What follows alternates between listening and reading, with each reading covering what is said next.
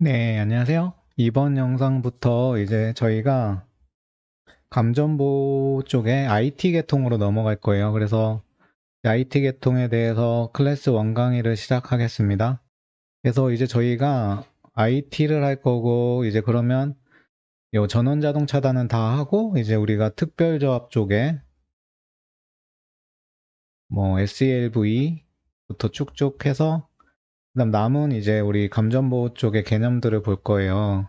근데 제가 좀 고민을 했는데, 지금 요런 부분 좀 생소하지 않으세요? 저는 우리가 일반적으로 전기 업무를 하던지 그동안에 어떤 뭐 책을 보던지 거의 TNTT는 기존에 우리가 사용하던 계통을 이제 IC에서 규정하는 접지 방식으로 이제 나눈 거를 다시 공부한 거고, 실제로 우리가 IT 쪽은 병원에서 뭐 업무 진행하시는 분들이나 뭐 플랜트 쪽 분들 일부 아니면 경험을 못 하셨던 분야고, 특별조합도 거의 없으실 것 같아요. 그리고 나중에 나올 개념들도 IC에 오면서 이제 우리가 받아들여야 하는 개념이기 때문에 이쪽은 제가 좀 여러 자료들을 좀 찾아보고 최대한 좀 와닿을 수 있도록 좀 자료를 만들려고 해요.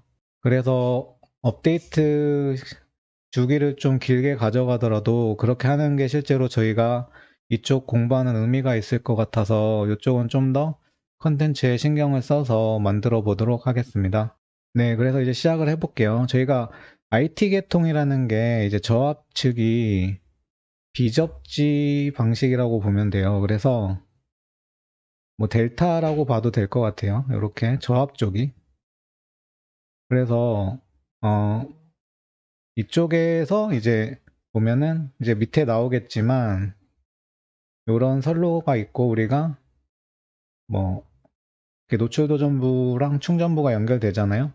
그러면 요쪽 개통 접지가 비접지인 거예요. 지금 요쪽이 비접지거나 진짜 뭐 1000옴 이상의 고저항 접지거나, 그래서 거의 이쪽이 비접지 상태고 우리가 노출도전부 쪽에 보호 접지만 하는 거예요. 이렇게. 그래서 이쪽은 T가 되고 이쪽은 인슐레이션 해서 I, 그래서 IT 방식이에요. 그래서 실제로 이걸 많이 쓰는 데는 병원이나 공항 같은데 요런 데가 쓰고, 플랜트 쪽에도 요거 쓰는 데 있죠. 이제 440V로 선간전압 440V로 사용하는 플랜트가 좀 있어요. 그래서 이걸로 동력 부하를 돌리고, 실제로 전압이 높을수록 동력 뭐 유리하죠. 손실 측면이나 이런 데서. 그런데 이제 플랜트에서 고압을 사용하는 쪽은 이제 6.6kV나 3.3kV의 비접지 방식을 많이 사용하는데, 저압 쪽은 그렇게 많진 않아요. 플랜트 쪽에도. 그래서 이제 대부분의 분들은 좀 저압 쪽의 비접지 방식에 대해서는 경험이 없고 저도 감이 잘 없어요. 그래서 같이 보시면서 제가 최대한 좀 와닿을 수 있도록 한번 진행을 해보겠습니다.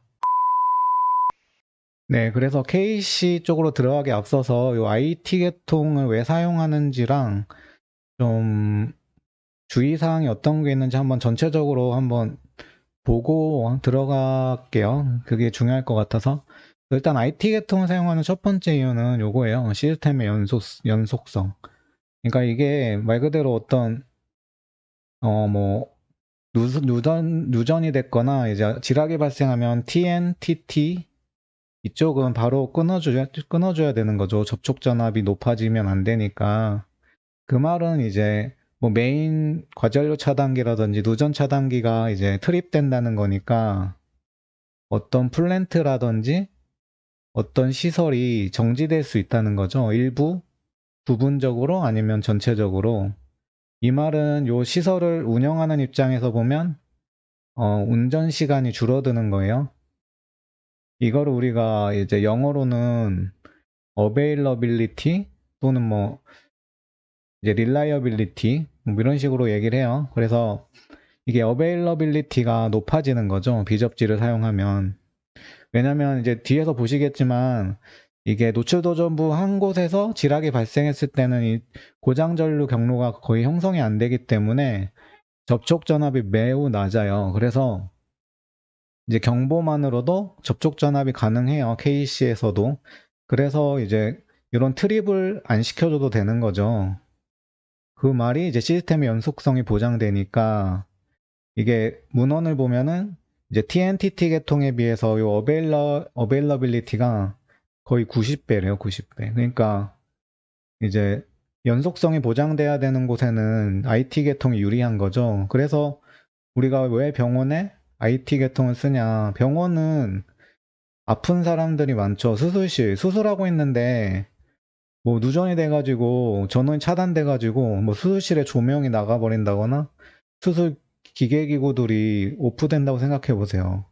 그러면 이 누전 때문이 아니라 요 정전 때문에 사람의 생명이 위협을 받을 수 있죠. 그래서 병원 같은 경우에는 IT랑 TT랑 TN이랑 같이 쓰거나 이렇게 하는데 수술실이나 생명의 위협이 가해지는 이제 그룹 2라고 하는데 이쪽 에리어는 이제 IT 계통으로 가야 돼요. 이런 것 때문에 연속성을 보장시켜서 사람의 생명을 지켜야 되는 것 때문에. 그래서 뭐 병원이라든지 공항도 그렇죠. 공항에도 일부 이렇게 사용하는 걸로 알고 있어요. 전원이 끊어지면 안 되는 쪽에. 그래서 또 이제 플랜트 쪽에도 일부 사용을 하죠. 이제 정전이 되고 제품 생산이 연속 공정의 경우에 어떤 일부 중요 공정이 이런 문제로 트립이 돼버리면 이 자체를 다 세워야 될 경우가 생기거든요. 그러면 이제 경제적으로 큰 피해가 생기죠. 그래서 이런 목적에 있는 곳에는 저압 쪽에 IT 계통을 많이 사용합니다. 네, 그리고 두 번째로 이런 내용이 있어요. 이게 전기 화재에 대한 안전도 증가. 무슨 말이냐면 지금 우리가 이제 TN이랑 TT랑 IT를 배우고 있죠. 이제 어떤 충전부에 지락이 발생했을 때 전류가 가장 큰 게 뭐였나요? TN이고 그 다음 TT, IT 순으로 가요. 그래서 이 지락 전류가 어떤 고장 루프를 타고 접지 쪽으로나 케이블로 다 뭐 흐르면은 상관없는데 일부가 뭐 누전이 돼서 이제 이런 건축 구조물로 이 전류가 통과하면 I 제곱 RT에 의한 열이 발생하여 이 열 때문에 이게 흐르는 전류가 시간이 좀 길어지면은 이제 화재가 발생할 수 있대요. 그래서 문헌에 보면 결연파괴에 의해서 500mA가 초과되는 전류가 건축 구조물로 통과되면 화재의 위험성이 증가된다. 그래서 특히 TN은 고장 루프 임피던스가 워낙 작기 때문에 제일 이런 화재 안전도에 취약하다. 그래서 IT 계통이 이런 이유에서 TN이나 TT보다 유리한 면이 있다. 그래서 일부 시설물이나 목적으로 IT 계통을 사용한다까지 이해하시면 돼요. 그래서 근데 IT 계통에도 좀 주의해야 될 거, 뭐 단점이라고 해야 되나요? 그런 게 있어요. 일단은 요 1차 고장은 경보만 되죠. 어쨌든 요 고장 전류가 적게 흐르기 때문에 우리가 요 어떤 절연 파괴라든지 뭐 고장 원인에 의해서 이런 누전이나 지락이 발생한 거를 제대로 관리를 안 해주면 계속 이게 누적이 돼요. 그래서 비접지 계통이 이 지락 전류가 작은 대신 이런 지락이 발생했을 때 기기가 받는 이제 스트레스 전압 특고에서 했었죠. 요게 커져요. 특히 어떤 고장 상황에 따라서 이게 많이 커질 수 있거든요. 그래서 요게 이제 어떤 기기에 계속 절연이 요런 전압이 가해지는 거죠. 그래서 절연이라는 게 결국에는 이런 스트레스가 계속 가해지다 보면 어느 순간에는 절연이 깨져버리죠. 그러면은 이제 더 큰 고장이 발생하거나 위험이 발생할 수도 있어요. 그래서 그런 스트레스에 대해서 이제 관리를 하기 위해서 KC에서도 1차 고장의 경보는 해서 관리를 하라라고 돼 있고, 그래서 이런 절연 감시 시스템에 대한 운영 관리가 제대로 되면 괜찮은데 방치된다거나 별로 관심이 없어 버리면 이런 스트레스가 계속 쌓이고 이게 이제 큰 절연 고장으로 갈 수 있다는 그런 단점이 있어요. 그리고 우리가 이제 이런 IT 계통을 이제 밑에서 볼 건데 이제 IT 계통이 있잖아요. 그러면은 이제 이렇게 삼상에 충전부가 연결됐어요. 그래서 우리가 이쪽에만 접지를 하죠. IT니까 여긴 비접지고 여긴 그러면은 실제로는 이제 이렇게 지락이 되면 이렇게 이쪽에 경로가 형성이 안 되는데 실제로 우리가 이게 선로가 긴 경우에 뭘 고려해야 되나요?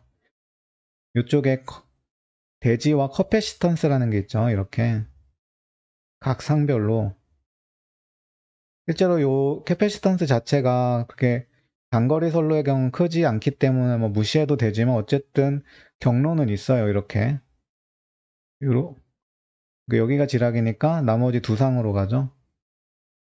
그래서 요 비접지 같은 경우에는 요 캐패시턴트 성분에 대한 고려를 해야 돼요.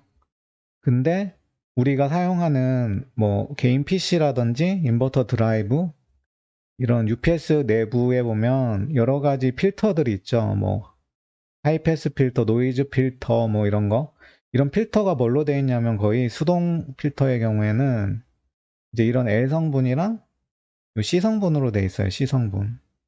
그래서 요 C 성분이 많아지면 우리가 캐패시턴스는 병렬로 연결되면 저항이랑 반대죠. C1, C2면 병렬일 때 C1 플러스 C2로 늘어나잖아요. 그리고 직렬일 때가 이제 2분의 1로 감소하고 그래서 요 캐패시터 부품의 사용에 대한 제한이 있어요. 그래서 뭐 문헌에 보면은 요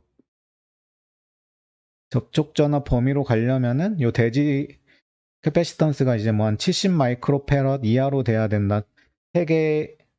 요 세 개의 3C를 합성한 캐패시턴스가 요 범위 이하로 돼야 되는 걸 추천하고 그래야 좀 안전하다. 이거 이상이 되면은 여기로 흐르는 전류가 커져서 이제 더 고장 전류가 커질 수 있다는 얘기예요. 그래서 이런 캐패시터 부품 사용에 제한이 있고 실제로 좀 외국 자료를 보면 그래서 이런 PC나 인버터 드라이브나 UPS 내부 설치 필터들이 제작의 어떤 표준에 뭐 몇 마이크로페라 이하의 뭐 필터나 캐패시터스를 가져야 된다라는 내용도 있더라고요. 그래서 어쨌든 이런 거에도 좀 신경을 써야 된다는 단점이 있어요. 그래서 첫 번째 시간에는 지금 KC를 들어가기 앞서서 좀 IT 계통에 대한 개념을 잡는 시간이었다고 생각하시면 돼요. 그래서 어쨌든 뭐 시험을 위해서 배우는 것도 좋은데 우리가 어쨌든 IT 계통이라는 걸 배우기 때문에 IT 계통이 어떤 거고 어떤 이유로 사용하고 또 어떤 게 좀 주의해야 될 건지는 큰 그림에서 좀 아셨으면 좋겠고 다음 시간부터 본격적으로 KC에 대한 내용을 하나하나씩 해석해 보도록 하겠습니다. 감사합니다. 이번 영상도 많은 분들에게 개념 원리를 통해 쉽게 이해가 되셨으면 좋겠습니다. 오늘 영상 좋으셨으면 구독, 좋아요 한 번씩 부탁드리겠습니다.